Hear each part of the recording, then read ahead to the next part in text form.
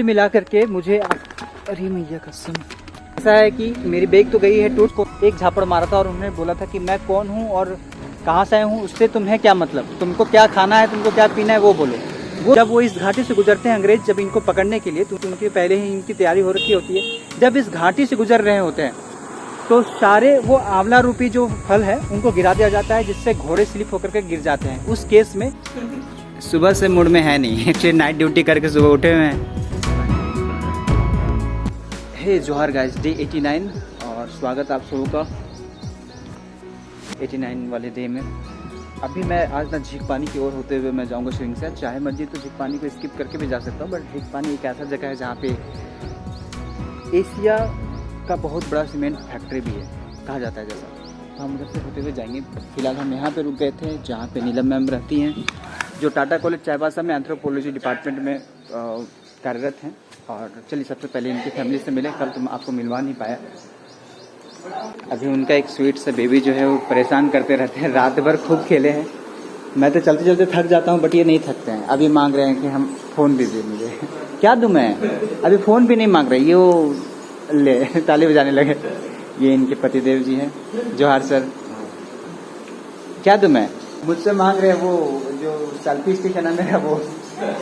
चलो तो मैं रेडी हूँ जाने के लिए। सबसे पहले तो इस बंदर को बाय बोला जाए। ए चलो बाय करो। सुबह से मूड में है नहीं, एक्चुअली नाइट ड्यूटी करके सुबह उठे हुए हैं। भाई साहब की आंखें देखिए, बता रही है कि नींद में डूबे हुए। Okay, thank you so much family, मुझे इतना अच्छा ट्रीट करने के लिए और वो जो सारी इन्फॉर्मेशन देने के लिए। और इस बंदे को भी thank you so much man. अभी आगे जाकर के हम लोग खूब सारा काम करने वाले हैं। मिलते हैं। अरे अब तो बाय बोलो, बाय बोलो, बाय बाय बाय बाय। तो रास्ते में छोड़ने के लिए मुझे भाई साहब आ गए और मैं बैठ कर के इन सभी से जिक्र कर रहा था, ये कोल्हान इतना फेमस क्यों है, कोल्हान इतना अलग क्यों है। तो यहाँ पे मुंडामान की शासन व्यवस्था चलती है और विल्सन रूल भी कहा जाता है इसे। क्यों, क्या कुछ हुआ था, मैं सब कुछ आगे बताऊंगा जब मैं एकांत जगह तक पहुँचूँ। और क्योंकि कोल्हान सबसे पुराना ज़िला है झारखंड का, यहाँ एक लौता कह सकते हैं, एक ऐसा प्लेस जहाँ पे कभी ना ही कोई अंग्रेज़ ना कोई मराठा, मतलब किसी का भी शासन यहाँ पे चला नहीं। क्योंकि ये एक आदिवासी गढ़ है समझिए, और आदिवासी जनरली अपने ऊपर कोई भी रूल जो है ना पसंद नहीं करते। बट फिर भी यहाँ पे उन्होंने अपने अनुसार से एक राजा, जो राजा के बारे में मैंने खरसवा में बोला हुआ था, उन्होंने रूल किया था। और उन्होंने रूल नहीं किया था, वो एक संचालन करता थे, कोई रूलर नहीं थे। तो लोगों की यहाँ की जो आस्था थी उन्होंने उसको ही जीवित रखा और उसे ही माना, जबकि वो राजस्थान के थे। तो राजा साहब खारसवा के जो थे, इसलिए उन्होंने मुझे बताया था कि जब आप झारखंड में हैं तो आप झारखंड में या झारखंडी कहलाने का हक तब रखते हैं जब आप यहाँ की संस्कृति को फॉलो करते हैं।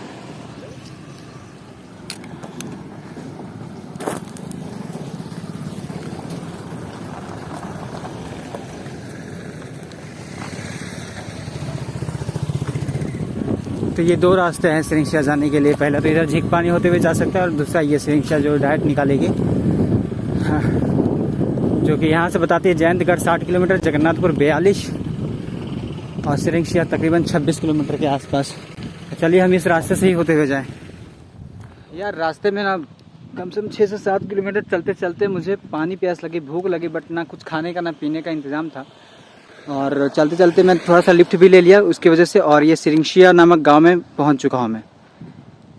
सिरिंगशिया नामक गांव ये है जहां पे पोटो हो से संबंधित एक शहीद स्थल है और बहुत सारे ऐसी चीज़ें उसको भी बताऊंगा।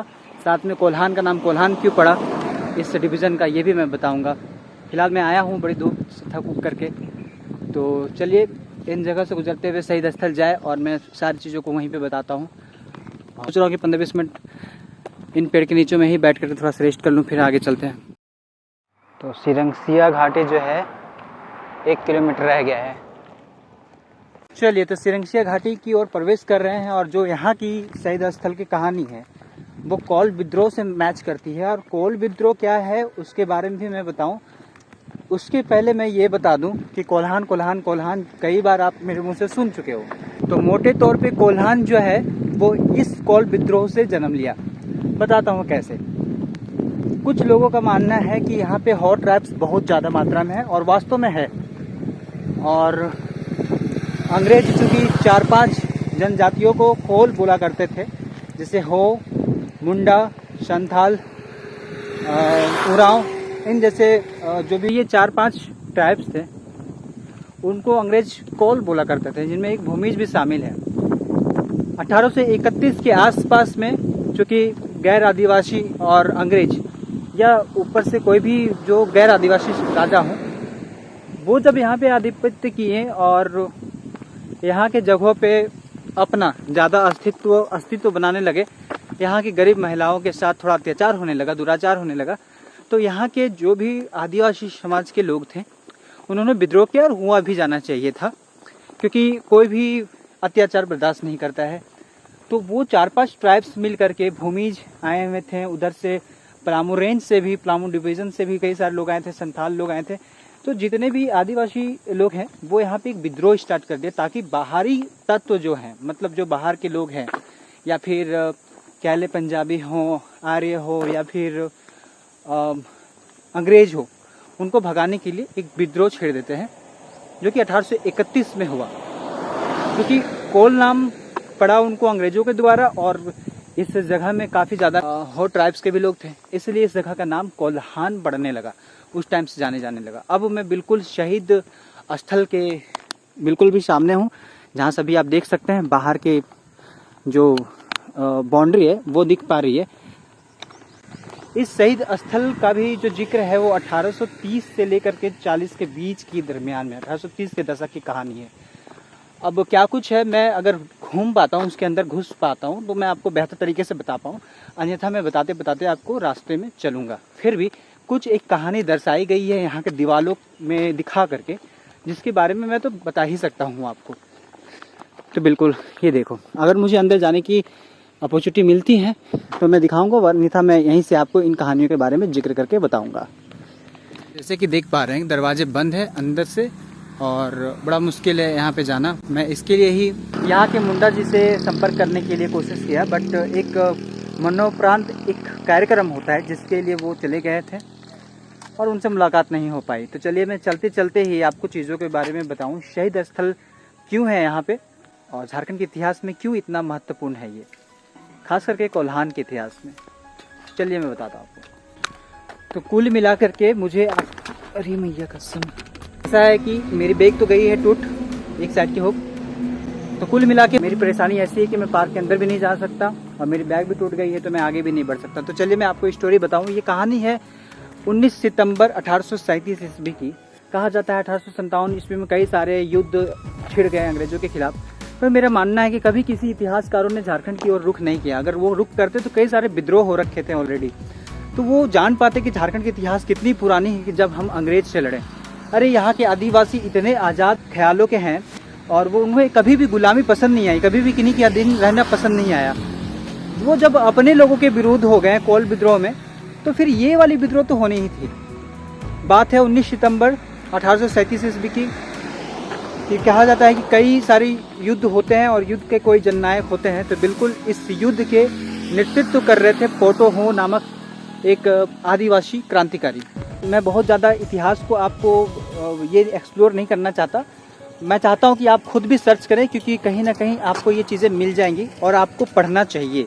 कहा जाता है कि कोई एक अंग्रेज इस जगह से गुजर रहे थे, तो किसी जवान से पूछे, ए तुम कौन हो और क्या नाम है तुम्हारा। इतने में ही वो जो जवान थे उन्होंने घोड़े से खींच करके उसको एक झापड़ मारा था, और उन्होंने बोला था कि मैं कौन हूँ और कहाँ से आया हूँ, उससे तुम्हें क्या मतलब, तुमको क्या खाना है, तुमको क्या पीना है वो बोलो। वो सोचिए आप कि कितने आज़ाद ख्याल के थे यहाँ के जो भी आदिवासी युवा थे, नौजवान थे उस वक्त के। कहा जाता है कि विलिंगसन नामक अंग्रेज के जो अफसर थे, यहाँ के लोगों को जब वो गुलाम नहीं बना पा रहे थे, तब उन्होंने यहाँ के जितने भी जननायक थे, क्रांतिकारी थे, उनको गिरफ्तार करने का ऑर्डर चलवा दिया। मैं जिस जगह पे हूँ मैं सबसे पहले बता दूं कि ये जगह है चाईबासा से 30 किलोमीटर दूर टोरंटो प्रखंड में। तो इस प्रखंड में, इस क्षेत्र में, जो कि सिरिंशिया के नाम से जाना जाता है, पहले बहुत बड़ी घाटी हुआ करती थी, खैर आजकल सड़क बन गई है। तो अंग्रेज विलिंगसन ने ऑर्डर दिया था अपने सारे सैनिकों को कि सारे जो भी युवा क्रांतिकारी हैं इस क्षेत्र में, आदिवासी क्रांतिकारी, उनको पकड़ के लाओ। अब जो यहाँ के नायक थे फोटो हो, उनको पता चल गया।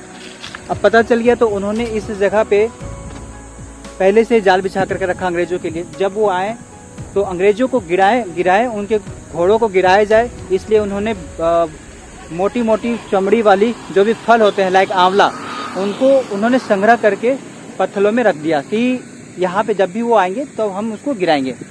इसके साथ मधुमक्खियों का भी भंडार कर लिया गया और कई सारे ऐसे चीज़ों की तैयारी कर रखे थे वो। सोचो हमारे जो क्रांतिकारी थे कितने कुछ मतलब वो कौशल थे इन चीज़ों में, युद्ध कौशल थे। और आजकल के युवा कहाँ जा रहे हैं। खैर मैं कहानी पूरा करूं तो जब वो इस घाटी से गुजरते हैं अंग्रेज, जब इनको पकड़ने के लिए, तो उनकी पहले ही इनकी तैयारी हो रखी होती है। जब इस घाटी से गुजर रहे होते हैं तो सारे वो आंवला रूपी जो फल है उनको गिरा दिया जाता है, जिससे घोड़े स्लिप होकर के गिर जाते हैं। उस केस में 200 सैनिक, 60 घुड़सवार और 2 तोप लेकर के विलिंगसन की सेना यहाँ से चल रही थी। तो सभी को उन्होंने गिरवाया और यहाँ पे भीषण युद्ध होता है। उस युद्ध में तीर धनुष, हुतुरलांग, टोंगा असर, मधुमक्खी, इन चीज़ों का यूज करके वो अंग्रेजों के खिलाफ युद्ध लड़ते हैं। और कई सारे कोल, जो जैसे कि मैंने आपको बताया कोल कहा जाता था अंग्रेजों के द्वारा, उनके द्वारा अंग्रेजों की मतलब पसीने छुड़ा दिए जाते हैं। जब पोटोहोक और उनके सहभागी जो है वो इस युद्ध में जीतते हैं, जीत होती है जब उनकी, तब बहुत व्याकुल हो जाते हैं वो अंग्रेज विलिंगसन, और उन्होंने फिर से एक बार एक मुहिम छेड़ते हैं कि उनको पकड़ा जाए। 8 दिसंबर 1837 ईस्वी में इस जगह पे विलिंगसन के सैनिकों के द्वारा जो मुहिम चलती है कि इनको खोजा जाए, तो पोटोहो और उनके साथियों को पकड़ ली जाती है।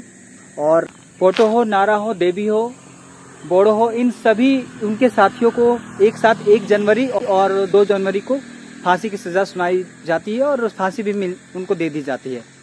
बड़ा ही दुखद लगता है, ऐसे ऐसे घटनाएं हो रखी हैं झारखंड में ऑलरेडी, और फिर भी हमारे जो ये क्रांति है उनको कभी भी किताबों में नहीं दर्शाया गया।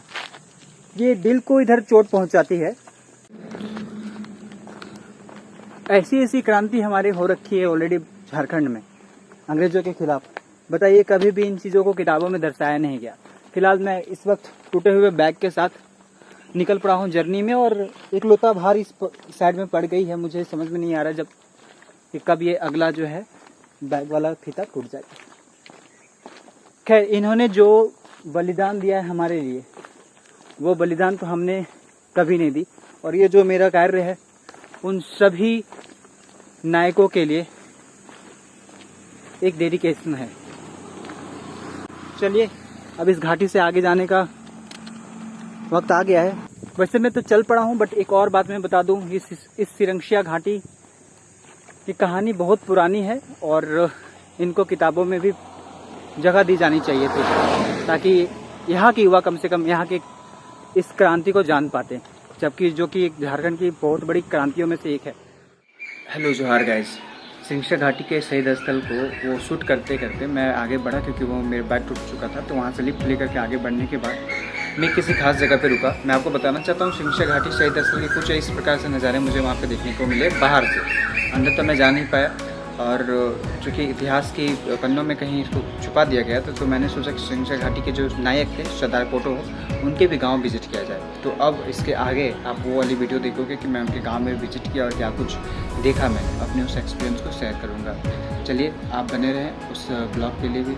मिलते हैं आपसे अगले ब्लॉग में, तब तक के लिए खुद का ख्याल रखिएगा, खुश रहिएगा। Forget keep flying, keep learning. एक और बात, इस बात को वहाँ नहीं बोल पाया था, इसलिए ये अलग से वीडियो आपको शूट करके डेडिकेट कर रहा हूँ। Thank you. जोहार झारखंड।